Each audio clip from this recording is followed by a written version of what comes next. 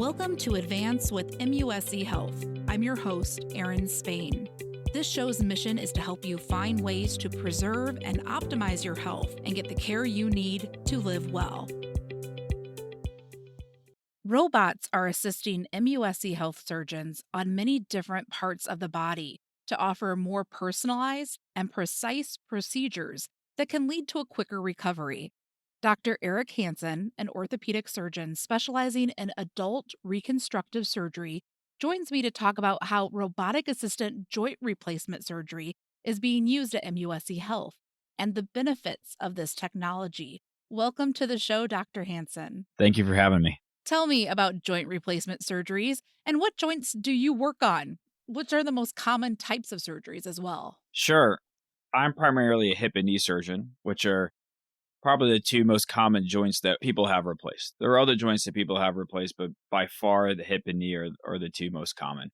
And overall, hip replacement surgery is very successful surgery as far as when patients develop arthritis or other debilitating conditions that involve their joints and it's affecting their quality of life. To be able to go in there and replace the joints and give them a new functioning joint that lets them get back to the things that they want to do and be able to enjoy their life is a really remarkable and powerful procedure. We take care of not only the simple cases, but also the most complex cases. So we have significant skill and familiarity with the whole array of complexity when it comes to joint replacements. Tell me about a typical patient. You mentioned arthritis. Maybe these are some older folks. Yeah, the majority of our patients are older. They have degeneration of that cartilage in their joints that leads to pain and loss of function. But there are other reasons we do it too. If there's injury to the bone from disruption of the blood flow to the bone and that bone's no longer healthy, or patients who have inflammatory conditions like rheumatoid arthritis or lupus and that inflammation causes the degeneration of their cartilage, those patients also could benefit from this type of operation. You said you do these procedures quite a bit. They're very common. Oh, yeah. Can these surgeries be complex? For sure. No two patients are the same. Every patient has their unique qualities about their joints, and which is where I think robotics can be helpful to be able to really personalize the surgery. And the more information you can have, which is one of the benefits of robotics, it gives you more information to be able to then do a more accurate and precise surgery, helps reduce the complexity to some degree and makes the surgery a little bit easier. But there are definitely varying levels of complexity when it comes to joint replacement surgery. Explain how you use a robot here at MUSC Health called the Cori robot.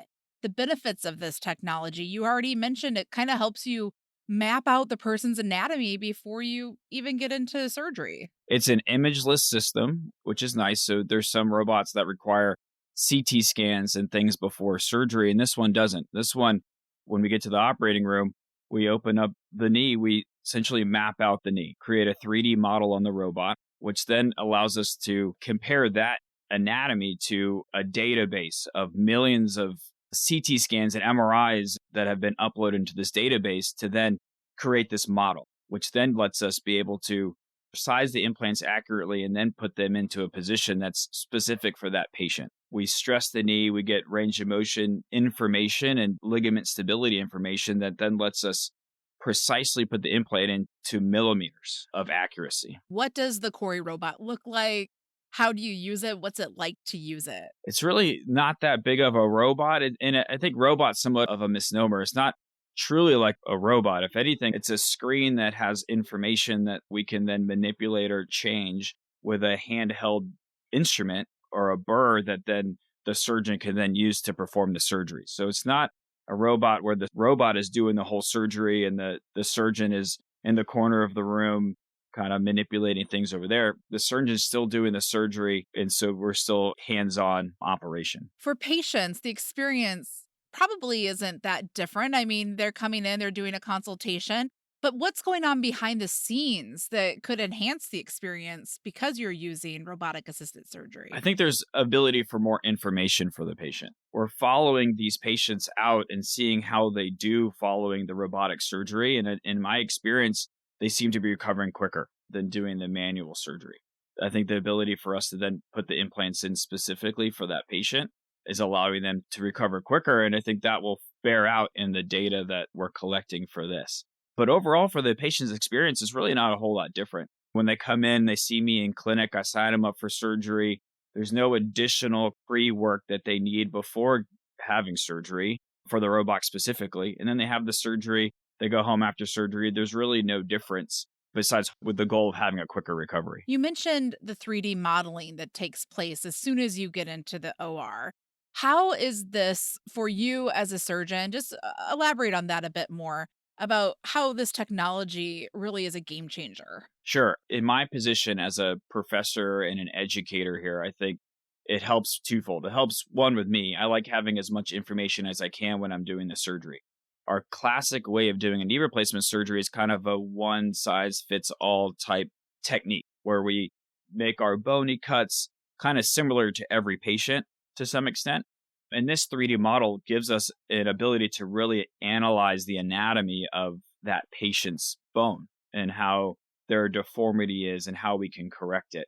It just gives us a lot more information. And then from a teaching standpoint, it allows me to show the resident and be like, when we change the implant position this way, this is what happens. And so it gives us a visual and objective information about how we're putting the implant in. Tell me about the typical recovery for patients who have these types of joint replacement surgeries. We get the patient up walking within several hours of surgery. About half of the patients go home the same day. The other half stay overnight. And we're doing more and more outpatient therapy. Classically, patients would stay in the hospital for a couple of days and go home and have a therapist come out to their house for several weeks, and then they get into outpatient therapy. But we're really trying to accelerate the recovery. Getting patients up and walking, getting them home, and then getting them into outpatient physical therapy where they can really work on their motion, the strengthening, and getting them back to doing those activities that they wanted to do earlier. So, how can somebody know when it's time to come see an orthopedic surgeon? Tell me about the symptoms that lead up to this. Sure, a lot of it is pain related and stiffness when it comes down to especially knee arthritis. I mean, hip arthritis similarly, but a lot of it is pain and trying those things like modifying your activities, taking medications. And when you can't do the things you want to do, that's the time to come in and see and get an x-ray and kind of see what's going on. There's different things that we can do as far as like injections and things to improve the symptoms. But when those conservative things don't no longer work, then that's the time to have that discussion about if surgery is the next step. Well, and you are particularly interested in this pain aspect and how pain is controlled with joint issues. And you've actually published some research about this.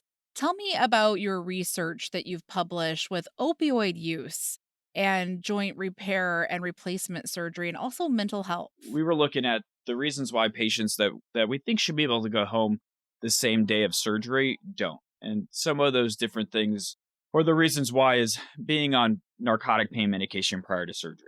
And that's one of those things that we know from a lot of different data that being on opiate medication prior to surgery leads to worse outcomes after surgery. Part of the reason of that is because you're already on the medication that we're going to put you on after surgery. And so your body's already used to that medication. So if we are then trying to give you more medication, you don't respond to it as well. And those patients tend to have more pain after surgery, recover at a slower pace. And so trying to get patients off of narcotic pain medication prior to surgery is something that we strive to do to improve outcomes. And then mental health is another big component of pain. There's a lot of different ways and reasons why people have pain and how they perceive pain. And that's one of the things that another factor in that algorithm. And so having good mental health treatments prior to surgery helps improve the recovery after surgery. And then also after surgery, we try to control pain in multiple different ways. We have a multimodal pain protocol. Instead of just treating patients with opiate medication after surgery, putting them on an anti-inflammatory, putting them on a nerve pain related medication to try to control pain in different ways, because there's a lot of different factors that go into how people perceive pain. So, given this information, there is quite a bit of pre work that can go into surgery. Tell me about the ideal situation. How long does it take from when a person comes from consultation to when they get to leave the hospital? And then some of these maybe longer cases where people are working through getting off of a certain drug. One of the ways that we strive for good outcomes after surgery is getting patients optimized prior to surgery.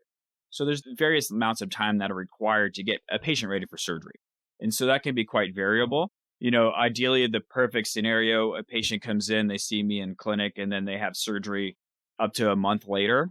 We have an excellent preoperative clinic here, which all of our patients go through, where they see a medicine provider and to make sure from a medical standpoint that they're optimized. They see anesthesia and they have the joint replacements class and everything done at that point to make sure that everyone understands the expectations, that everyone is good for surgery so that we try to prevent those complications from occurring down the road. So you've had the opportunity to really get in on the ground floor of some of this robotic surgery, like the Corey robot. What do you see for the future? Can you see this technology improving even more? I think it's going to continue to expand. We're primarily doing it now where the initial, as we say, primary knee replacement. So we're going in and we're taking the arthritis out, we're putting a knee replacement in. But sometimes we have to do surgery which is a big part of my practice, where we're taking a knee replacement out and putting a new one in, a revision knee replacement surgery.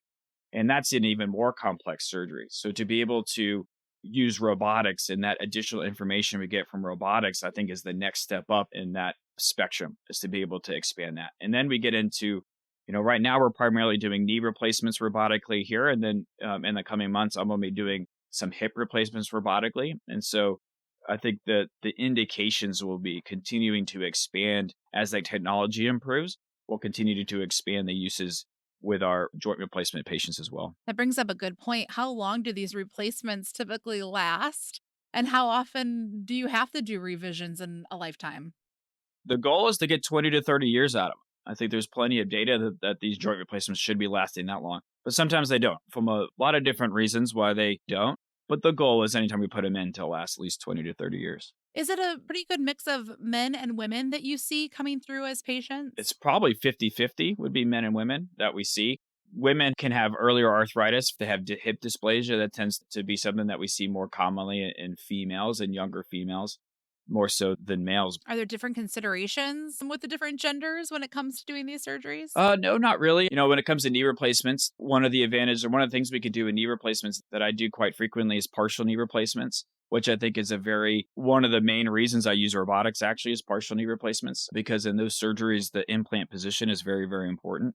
And that's what the robot helps us do, is get the implants in the perfect position. But for younger patients who want to stay active, and partial knee replacement is a very good surgery if you have arthritis in only one area of the knee. We're able to go in and just take the arthritis out from that one specific area. And we leave all your knee ligaments alone, in which we do a total knee replacement. We have to take out the ACL, sometimes the PCL. And so some of those biomechanics then have to be done through the implant. While in a partial knee replacement, it feels a little bit more normal because we leave all your ligaments alone. And so that's another advantage, especially for the younger patient who has arthritis, is another option for them. Tell me about some of these results and how life-changing this can be for your patients after they've had this surgery, they've done the rehab, and they're back out in the world doing what they love to do. Arthritis can be a really debilitating condition. It can really affect your quality of life to the point where you can't really walk. And so I've had patients who come in who are on a walker or only able to walk very short distances, and then you replace their joint and now they're able to walk without any assisted device. And it's a night and day difference.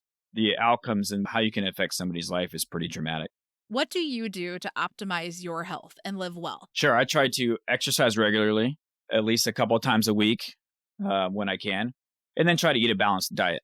I think a lot of that I thank my wife for, but just trying to live a healthy lifestyle, trying to stay active, not smoking, being as active as I can be. I bet some of these patients inspire you too. Some of them, they want to get back to doing for after their surgery. It's pretty remarkable. They will me to be more active when I see how active they are. For more information on this podcast, check out advance.muschealth.org.